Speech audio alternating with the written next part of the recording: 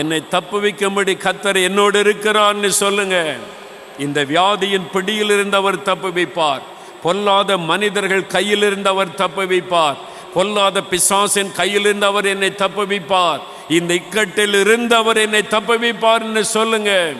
இந்த வருடம் ஆண்டவர் உங்களை நெருக்கி கொண்டிருக்கிற எல்லா போராட்டத்திலிருந்து விடுதலை கொடுத்து தப்புவித்து வழி நடத்துவார்.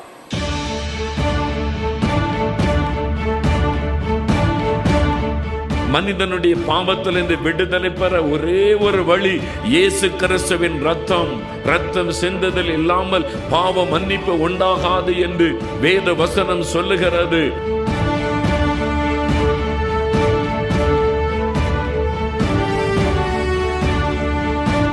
சாபத்தை ஆசீர்வாதமாய் மாற்ற இயேசு சிலுவையிலே சாபம் ஆனார். கலாத்தியர் 3:13 சொல்லுகிறாரு, இயேசு நமக்காக சிலுவையிலே சாபம் ஆனார்.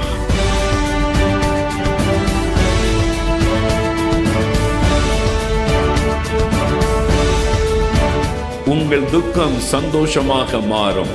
ஆண்டவர் இன்றைக்கு உங்களுடைய துக்கத்தை சந்தோஷமாக மாற்றத்தான் இந்த இடத்திலே பிரசன்னமாக இருக்கிறார்.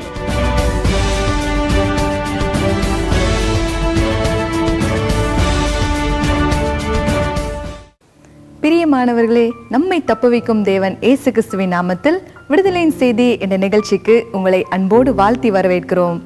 வியாதியின் வேதனையால், கடன் பிரச்சனையால், பிசாசின் போராட்டத்தால் பாதிக்கப்பட்டு பயந்த சூழ்நிலையில் காணப்படுகிறீர்களா?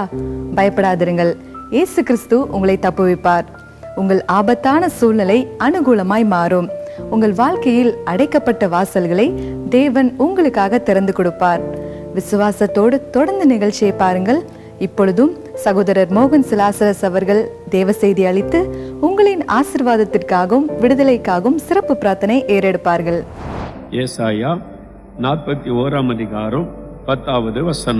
நீ பயப்படாதே, நான் உன்னுடனே இருக்கிறேன். திகையாதே, நான் உன் தேவன். நான் உன்னை பலப்படுத்தி உனக்கு சகாயம் பண்ணுவேன். என் நீதியின் வலதுகரத்தினால் உன்னை தாங்குவேன். நீ பயப்படாதே, நான் உன்னோடு இருக்கிறேன். ஆண்டவர் இந்த வருஷத்திற்கு நமக்கு கொடுக்கிற வாக்கு தத்துவம். ஒவ்வொருவரை பார்த்து ஆண்டவர் சொல்லுகிறார், என் மகனே நீ பயப்படாதே, நான் உன்னோடு இருக்கிறேன். என் மகளே நீ பயப்படாதே, நான் உன்னோடு இருக்கிறேன். ஏன் இந்த வார்த்தை ஆண்டவர் சொல்லுகிறார்? நீ பயப்படாதே என்று ஆண்டவர் சொல்லும் பொழுதே பயப்படுகிற காரியங்கள் நம்மை சூழ்ந்து வரும். பயப்படுகிற சம்பவங்கள் நம்மை சுற்றிலும் நடைபெறும். நம்மை பயப்படுத்துகிற காரியங்கள் தேசத்தின் மீது திரளாக எழும்பி வரும். இது கடைசி காலம், ஆண்டவருடைய வருகையின் காலம், தீங்கு நாட்கள் என்பதாக வேதம் சொல்லுகிறது. கொடிதான தீங்கு நாட்கள். ஆகவேதான் பயப்படுகிற செய்திகள் வந்து கொண்டே இருக்கிறது. ஒன்று மாற்றி ஒன்று, ஒன்று மாற்றி ஒன்று. ஒன்று முடிவடையும் என்று நினைக்கும் பொழுது அடுத்தது, இதோடு முடிந்துவிடும் என்று நினைக்கும் பொழுது அடுத்த காரியம், இப்படி தொடர்ச்சியாக வந்து கொண்டே இருக்கிறது. பயப்படுத்துகிற காரியங்கள். இனி இப்படித்தான் உலகம் இருக்கும். ஆண்டவர் சொன்னாரு, இருள் பூமியை மூடும், காரிருள் ஜனத்தை சூழ்ந்து கொள்ளும். கடைசி காலம் இப்படித்தான் இருக்கும். ஆனால் ஆண்டவர் சொல்லுகிறார், நீ பயப்படாதே, நான் உனக்கு வாக்கு கொடுக்கிறேன். என் மகனே நீ பயப்படாதே, என் மகளே நீ பயப்படாதே. என்ன மாதிரி செய்திகள் வந்தாலும், எந்த மாதிரி சம்பவங்கள் உன் கண்ணெதிரே நடந்து கொண்டிருந்தாலும் நீ பயப்படாதே. என்னை தாக்கி விடுமோ, நான் பாதிக்கப்பட்டு விடுவேனோ, நான் முடக்கப்பட்டு விடுவேனோ, மரணம் என்னை வாரிக்கொள்ளுமோ, அவ்வளவுதானோ என்று நீ பயப்படாதே. ஏன் தெரியுமா? நான் உன்னோடு கூட இருக்கிறேன். வானத்தை பூமி உண்டாக்கின தேவன் நான் உன்னோடு கூட இருக்கிறேன். வானம் எனக்கு சிங்காசனம், பூமி எனக்கு பாதபடி என்று சொன்ன சர்வ வல்லமுள்ள தேவன் நான் உன்னோடு கூட இருக்கிறேன். சிங்கத்தின் வாயை கட்டி தானியேலை விடுதலையாக்கி கொண்டு வந்த தேவன் நான் உன்னோடு கூட இருக்கிறேன். கடலை 2ஆக பிளந்து என் ஜனத்தை வெட்டாந்தரையிலே வழி நடத்தின தேவன் நான் உன்னோடு கூட இருக்கிறேன். அக்கனை சூளைக்குள் இருந்து ஷாத்ராக், மேஷாக், ஆபேத்நேகோவை வெளியே கொண்டு வந்து தப்புவித்த அந்த தேவனாகிய கர்த்தர் நான் உன்னோடு கூட இருக்கிறேன். கண்மலையிலிருந்து தண்ணீரை புறப்பட பண்ணி என் ஜனத்தின் தாகத்தை தீர்த்த உன் தேவனாகிய கர்த்தர் நான் உன்னோடு கூட இருக்கிறேன். காற்றையும் கடலையும் பார்த்து இறையாதே அமைதலாய் இரு என்று அமைதல் படைத்தன தேவன் நான் உன்னோட கூட இருக்கிறேன். மரித்தோரையும் உயிரோடு கூட எழும்ப பண்ணின உன் தேவனாகிய கர்த்தர் நான் உன்னோட கூட இருக்கிறேன். சிலுவையிலே மரணத்தை ஜெயித்து 3வது நாள் உயிர்த்தெழுந்த தேவன் நான் உன்னோட கூட இருக்கிறேன். வானத்திலும் பூமியிலும் சகல அதிகாரம் பெற்ற இயேசுவாகிய உன் கர்த்தராயிருக்கிற நான் உன்னோட கூட இருக்கிறேன். என் ஆண்டவர் உங்களுக்கு வாக்கு கொடுக்கிறார். ஆகவே தான் ஆண்டவர் சொல்லுகிறார், பயப்படாதே என் மகனே, நீ பயப்படாதே, என் மகளே நீ பயப்படாதே. உன்னோடு இருக்கிற நான் சர்வ வல்லமையுள்ள தேவன். உன்னோடு இருக்கிற நான் அண்ட சராசரங்களை சிருஷ்டித்த ஒரு தேவன். உன்னோடு இருக்கிற நான் முழு உலகத்தையும் உண்டாக்கி என் வார்த்தையினாலே தாங்கி வருகிற தேவன். ஆகவே நீ பயப்படாதே, நான் உன் கூட இருக்கிறேன் அப்படின்னு ஆண்டவர் சொல்லுகிறார். ஆண்டவர் நம்ம கூட இருந்து என்ன செய்ய போகிறார்? எரேமியா 15ஆம் அதிகாரம் 20வது வசனம். உன்னை இந்த ஜனத்துக்கு எதிரே அரணான வெண்கல அலங்கமாக்குவேன். அவர்கள் உனக்கு விரோதமாக யுத்தம் பண்ணுவார்கள், ஆனாலும் உன்னை மேற்கொள்ள மாட்டார்கள். உன்னை ரட்சிப்பதற்காகவும் உன்னை தப்புவிப்பதற்காகவும் நான் உன்னுடனே இருக்கிறேன் என்று கர்த்தர் சொல்லுகிறார். ஆண்டவர் சொல்றாரு, உன்னை ரட்சிப்பதற்கு மாத்திரம் அல்ல, உன்னை தப்புவிப்பதற்காகவும் நான் உன்னோட கூட இருக்கிறேன். உன்னை தப்புவிப்பதற்காக I am with you to deliver you. உனக்கு விடுதலை கொடுப்பதற்காக. ஏதோ ஒரு காரியத்தில் நீ அகப்பட்டிருக்கிறாய், கடன் பிரச்சனைக்குள்ளே நீ அகப்பட்டிருக்கிறாய், அதிலிருந்து உன்னால வெளியே வர முடியவில்லை. அந்த கடன் பிரச்சனை உங்களை அடிமையாக்கி விட்டது. நான் அதிலிருந்து உன்னை தப்புவிப்பேன். அந்த அடிமைத்தனத்திலிருந்து உன்னை விடுதலையாக்கும்படி உன்னோடு இருக்கிறேன் ஆண்டவர் சொல்லுகிறார். ஒரு வியாதி உடைய சரீரத்தை தாக்கிவிட்டது, அதிலிருந்து வெளியே வர முடியல. அந்த வியாதி உங்களை சிறுமைப்படுத்தி வேதனைப்படுத்தி பலவீனப்படுத்தி வேதனைப்படுத்தி கொண்டே இருக்கிறது. அந்த நோய் உங்களை அடிமையாக்கி வைத்திருக்கிறது. அந்த வியாதி உங்களை வேதனைப்படுத்துகிறது. ஆண்டவர் சொல்லுகிறார், அந்த வியாதியின் பிடியிலிருந்து நான் உன்னை தப்புவிப்பேன்.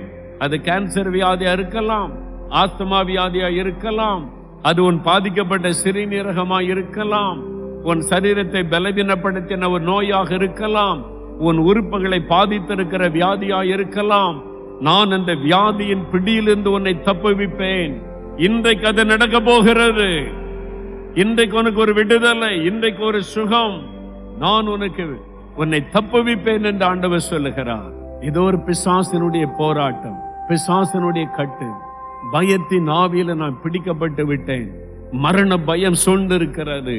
ஆண்டவர் சொல்லுகிறார், நான் உன்னை இந்த பிசாசின் கையிலிருந்து உன்னை தப்புவிப்பேன். நீ பயப்படாத. நான் அல்லவா உனக்கு விடுதலை தருகிறவர், நான் அல்லவா உன்னை தப்புவிக்கிறவர்.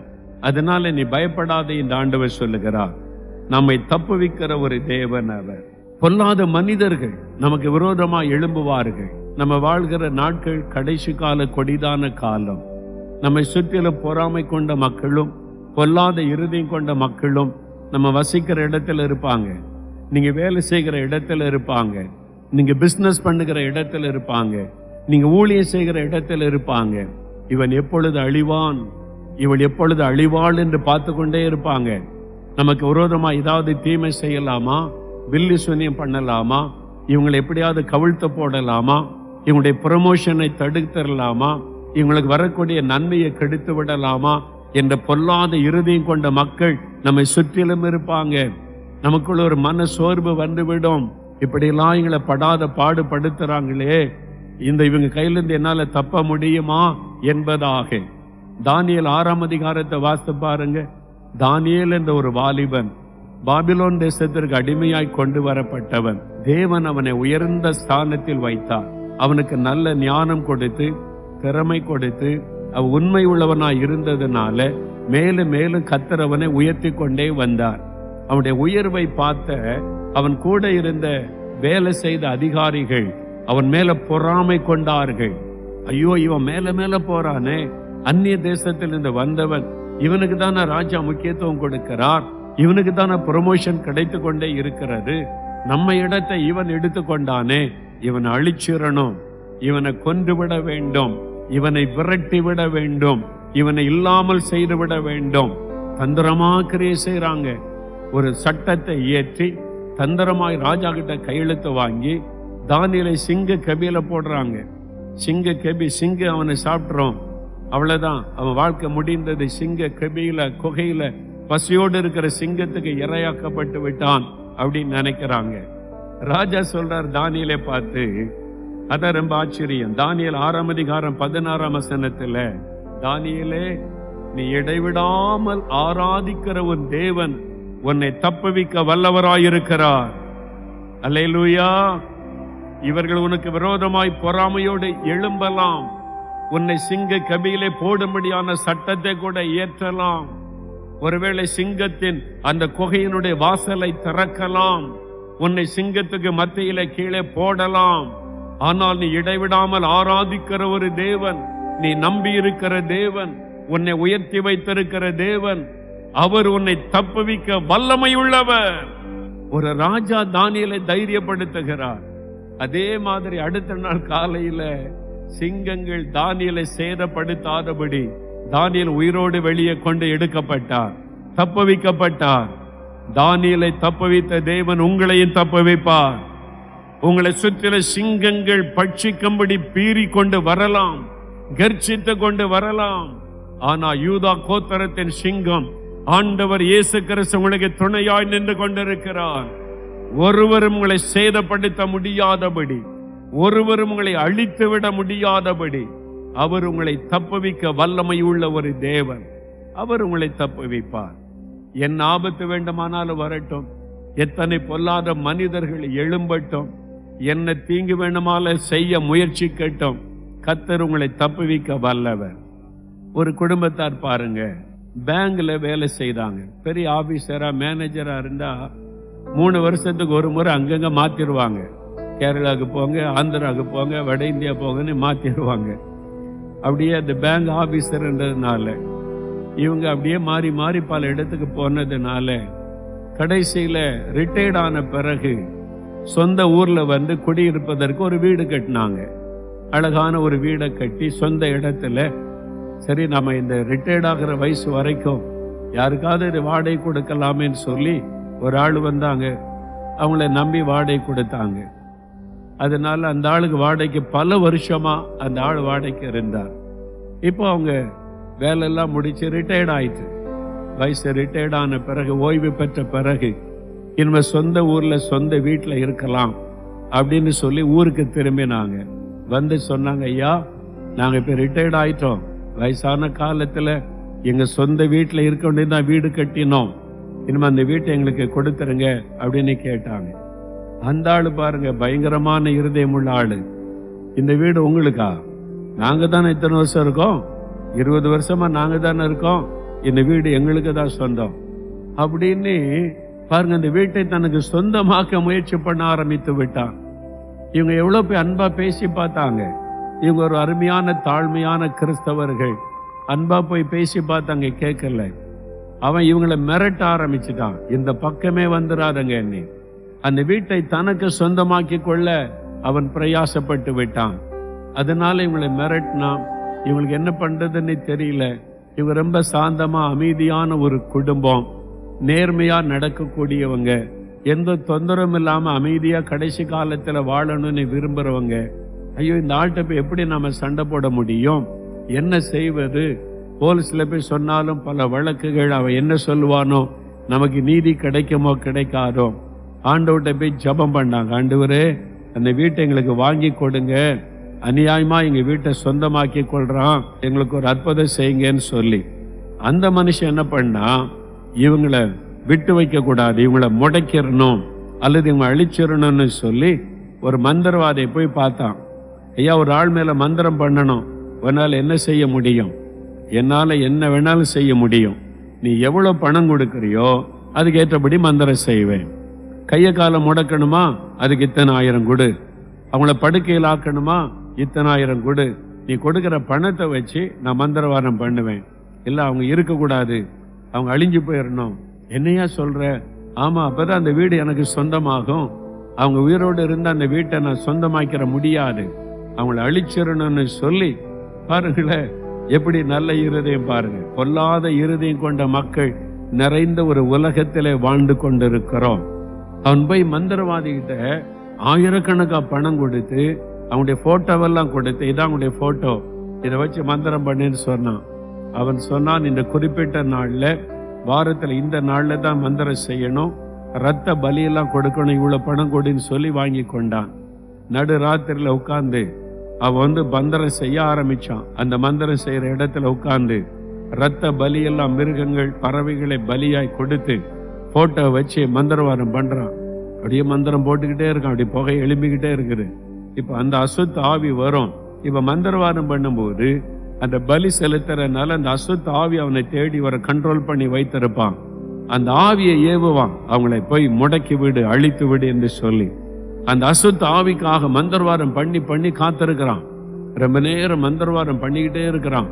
இப்ப அந்த ஆவி வரும், அந்த அசுத்த ஆவியை அனுப்பி அவங்களை அழிச்சிடலான்னு சொல்லி காத்திருக்கிறான். திடீரென்று பிரகாசமான ஒரு வெளிச்சம் அந்த அறைக்குள்ள.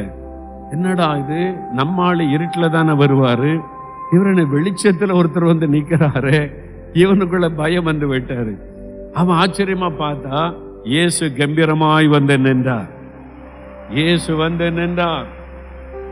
அவன் மந்திரம் போட்டது அசுத்தாவியை வர வைப்பதற்கு. வந்திருக்கிறது யாரு? வானத்தையும் உண்டாக்கின இயேசு வந்து நிற்கிறார். இவன் பயந்து நடுங்க. அவனுக்கு தெரியும், இவர் பேர்ல மந்திரவாதம் பண்ண நம்ம செத்து போயிருவோம். நீங்க எங்கேயாவது கேள்விப்பட்டிருக்கீங்களா? இயேசுவை வச்சு யாராவது மந்திரவாதம் பண்ணி கேள்விப்பட்டிருக்கீங்களா? கேள்விப்படவே முடியாது. இயேசு வச்சு அந்த மந்திரவாதம் பண்ண சொல்லுங்க பாப்போம்.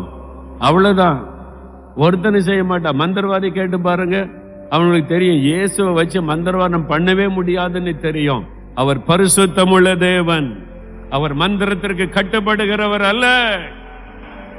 அதே சமயத்துல எதை வச்சு மந்திரவாதம் பண்ணுவேன் நான் கேட்டு பாருங்க. நீங்க ரகசியமா கேட்டா சொல்லுவான், எதை பக்தியா இவங்க கடவுள் கும்பிடுறாங்களோ அவளெல்லாம் அவன் அடக்கி வச்சிருக்கிறான். அவன் கூப்பிடுவான் அந்த ஆவியவா, நான் சொல்ற இடத்துக்கு போய் செய்யன்னு சொல்லி. இதுதான் உண்மை. நான் ஒரு மந்திரவாதியா இருந்த ரட்சிக்கப்பட்ட ஒரு ஆளோடு பேசினேன். அப்ப அவர் இதெல்லாம் சொன்னார், இந்த ஆவிகளை என்னென்ன விதமா மந்திரவாதம் செய்து கட்டுப்படுத்த முடியும், இதையெல்லாம் நாங்க கட்டுப்படுத்தி தான் மந்திரவாதம் செய்வோம் என்பதாக அவர் சொன்னார். இதான் உண்மை. இப்ப இந்த மந்திரவாதி இயேசுவை பார்த்தவனு நடுக்கம் வந்து விட்டது. என்னடா இது, இவர் வந்து நிக்கிறாருன்னு சொல்லி. இயேசு வந்து சொன்னார், என் பிள்ளைகளுக்கு விரோதமாய் மந்திரவாதம் பண்றியா? என் பிள்ளைகள் அவர்கள். என் பிள்ளைகளுக்கு விரோதமாய் மந்திரவாதம் செய்ய உனக்கு எப்படி துணிகரம் வந்தது? என் கரம் உனக்கு விரோதமாய் எழும்பும். ஆண்டவர் சொன்னார், என் பிள்ளைகளுடைய வீட்டை விட்டு அவளை வெளியேற சொல், அல்லது என் நியாயத்தீர்ப்பு வெளிப்படும், என் கரம் நீட்டப்படும், நீ சொல் என்று சொல்லிவிட்டு இயேசு மறைந்து விட்டார். அவ்வளவுதான். இவன் பயந்து நடுங்கி மந்திரத்துல மூட்டை கட்டிதான். அடுத்த நாள் காலையில் அவளை வர வச்சு, நான் மந்திரவாதம் பண்ண ராத்திரியெல்லாம். அவன் இயேசு வந்தது சொன்னதெல்லாம் சொல்லல. இவன் என்ன சொன்னா, இல்ல நான் மந்திரவாதம் பண்ணி பார்த்தேன், அந்த வீட்டு மேல தோஷம் இருக்குது, அந்த வீட்டுல நீங்க இருந்தீங்கன்னா உங்களுக்கு மரணம் ஏற்படுற வீட்டுல உடனே வீட்டை காலி பண்ணிருங்க அப்படின்னு சொன்ன. அவ்வளவுதான். ராத்திரியோட ராத்திரியா போய், ஐயா நாங்க வீட்டை காலி பண்ணிட்டோம், இந்தாங்க உங்க சாவி வச்சுக்கொள்ளுங்க அப்படின்னு வீட்டை காலி பண்ணி ஓடியே போய் விட்டான். இயேசு கிறிஸ்துக்கு முன்னால ஒரு வல்லமையும் இருக்க முடியாது. பயப்படாதுங்க. ஆண்டவர் சொல்லுகிறார், பயப்படாதே, உன்னை தப்புவிக்கும்படிக்கு நான் உன்னோடு இருக்கிறேன். இஸ்ரவேலுக்கு விரோதமான மந்திரவாதம் இல்லை, யாக்கோபுக்கு விரோதமான குறி சொல்லுதல் இல்லை. யார் மந்திரவாதம் செய்தால் என்ன, பலிக்காது. அவர் ராத்திரி எல்லாம் முழிச்சு மந்திரவாதம் பண்ணுவான். நீங்க நல்ல நிம்மதியா தூங்கி எழும்புவீங்க.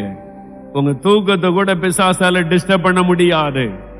உலகத்தில் இருக்கிற பிசாசை காட்டிலும் நம்மோடு இருக்கிற இயேசு பெரியவர். உலகத்தில் இருக்கிற மந்திரவாதிகளை காட்டிலும், மந்திரங்களை காட்டிலும், அவன் பயன்படுத்துகிற பொல்லாத பிசாசை காட்டிலும் நம்மோடு இருக்கிற இயேசு பெரியவர். பிசாசின் தலையை மிதித்தவர். அவருக்கு முன்னால எந்த பிசாசு நிற்க முடியும்? 1000 மந்திரவாதி சேர்ந்து மந்திரவாதம் போட்டுட்டோம், உங்க தூக்கத்தை கூட கெடுக்க முடியாது. அவர் சர்வ வல்லமுள்ள தேவன். ஆனா நீங்க அவருக்குள்ள ஸ்ட்ராங்கா இருக்கணும், அதுதான் முக்கியம். ஜெபம் பண்ணாம பைபிள் வாசிக்காம நான் கிறிஸ்தவன் தான் சொல்லிக்கிட்டு இருந்தீங்கன்னா பிசாசு உங்க தலையில ஏறி உட்கார்ந்துருவான். நீங்க ஆண்டவருக்குள்ள கரெக்டா இருக்கணும். ஜெபம், வேத வாசிப்பு, பரிசுத்தமான வாழ்க்கை, ஆவில நிரம்பி ஜெபிக்கிறது, உண்மையுள்ள வாழ்க்கை, இதெல்லாம் கரெக்டா இருந்தா எந்த மந்திரவாதமும் உங்களுக்கு விரோதமாய் செய்யப்படுகிற மந்திரவாதம் பலிக்காது. ஆண்டவர் சொல்ல, நான் தப்புவிப்பேன், யார் உன்னை சேதப்படுத்த முடியும்? பயப்படாத. கடன் பிரச்சனையா, பண பிரச்சனையா, மனிதரால போராட்டமா, உனக்கு விரோதமாய் அநியாயமாய் செயல்படுகிறாங்களா? பயப்படாத. நான் உன்னை தப்புவிக்கிற தேவன். எந்த இக்கட்டிலிருந்து உன்னை தப்புவிப்பேன். எவ்வளவு பெரிய ஆள் எழும்பட்டும், நான் உன்னை தப்புவிக்கிற தேவனாய் இருக்கிறேன். பயப்படாத. ஒரு சமயம் ஒரு பட்டணத்துக்கு போயிருந்தேன். அங்க பெரிய தொழில் செய்கிற ஒரு குடும்பத்தார் அவங்க வந்து சொன்னாங்க, ஐயா, எங்க வாழ்க்கையில இயேசு ஒரு அற்புதம் செய்தாருங்க. என்ன காரியம் என்று கேட்டேன். அந்த பட்டணத்துல ஒரு ரவுடி இருந்தான். ரவுடி ஊருக்கு இருக்காங்க. ரவுடி பணத்துக்காக அப்படியே ஆட்களை மிரட்டி பணம் பறிக்கிறவங்க. அப்படியே ஒரு ரவுடி, பெரிய பிரபலமான ரவுடி. ஒரு நாள் இவங்க வியாபார ஸ்தலத்துக்கு வந்துட்டான். இவங்க பெரிய பிசினஸ் கர்த்தர் உங்களை ஆசீர்வதித்து இருக்கிறார்.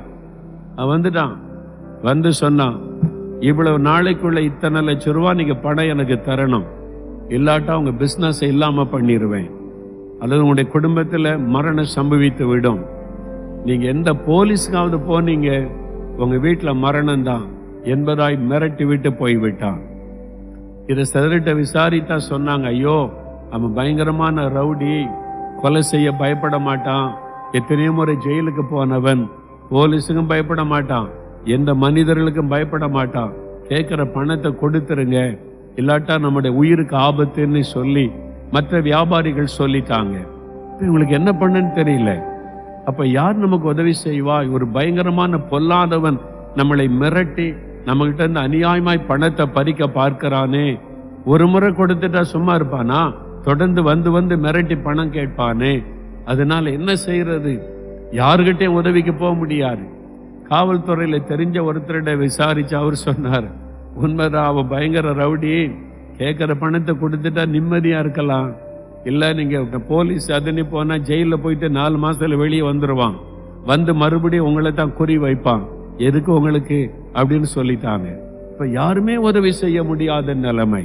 இந்த இக்கட்டிலிருந்து எப்படி விடுதலை அடைவது? அந்த பொல்லாத மனிதன் கையிலிருந்து எப்படி விடுதலை அடைவது?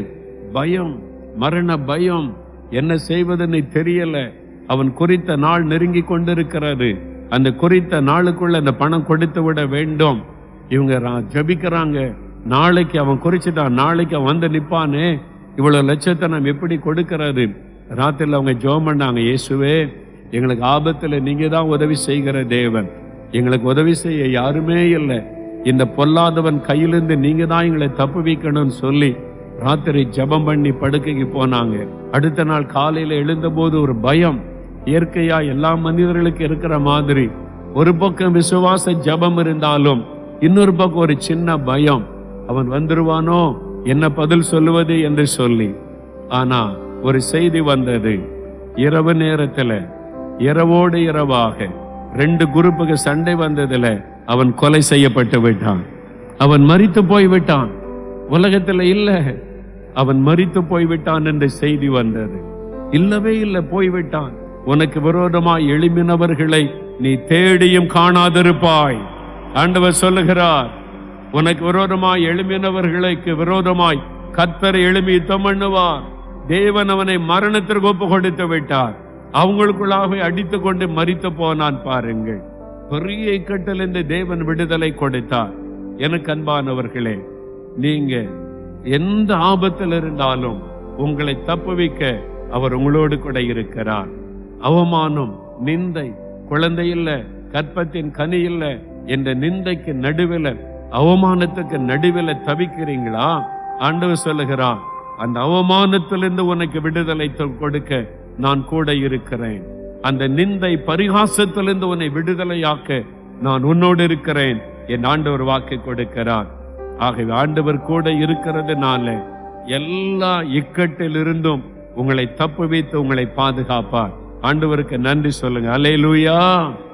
என்னை தப்புவிக்கும்படி கர்த்தர் என்னோடு இருக்கிறான்னு சொல்லுங்க. இந்த வியாதியின் பிடியில் இருந்து அவர் தப்புவிப்பார். பொல்லாத மனிதர்கள் கையிலிருந்து அவர் தப்புவிப்பார். பொல்லாத பிசாசின் கையிலிருந்து அவர் என்னை தப்புவிப்பார். இந்த இக்கட்டில் இருந்து அவர் என்னை தப்புவிப்பார் என்று சொல்லுங்க. இந்த வருடம் ஆண்டவர் உங்களை நெருக்கி கொண்டிருக்கிற எல்லா போராட்டத்திலிருந்து விடுதலை கொடுத்து தப்புவித்து வழி நடத்துவார்.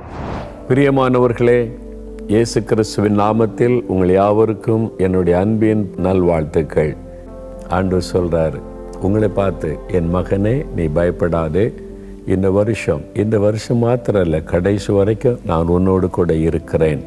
நான் கூட இருக்கிறதுனால நீ பயப்படாதே.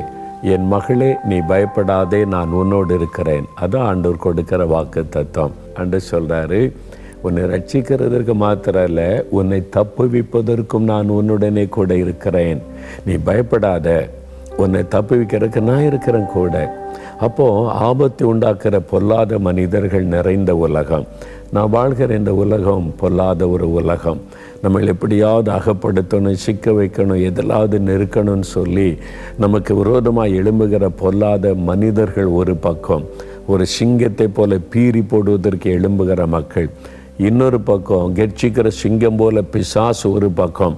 நம்மை ஏதாவது ஒன்றில் அகப்படுத்தணும், நம்ம அழித்து போடணும், நம்முடைய காரியத்தை அபகரித்து கொள்ளணும்னு சொல்லி பயப்படுத்துகிறவங்க, நமக்கு விரோதமாய் செயல்படுகிற மனிதர்கள் மாத்திரம் இல்லை, பொல்லாத ஆவிகள், மந்திர பில்லிசோனிய வல்லமைகள் என்று எத்தனையோ ஆபத்துகள்.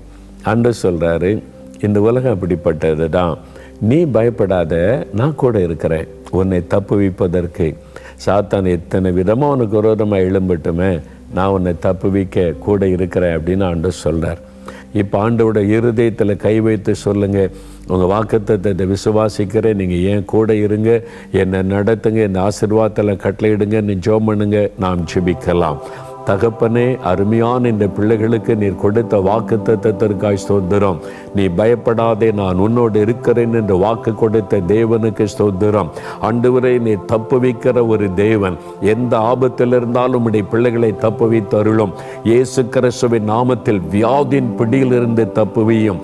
அவளை பல வருடமாய் தொடர்ந்து வருகிற வியாதிகள், பரம்பரையாய் தொடர்ந்து வருகிற வியாதிகள் இயேசு கிறிஸ்துவின் நாமத்தில் விலகி போகட்டும். இந்த பிள்ளைகளுக்கு விரோதமாய் எழும்புகிற மந்திரவாதங்கள், பில்லிசூனியங்கள், உபத்திரவங்கள் இயேசுவின் நாமத்தில் அழிக்கப்பட்டு போகட்டும்.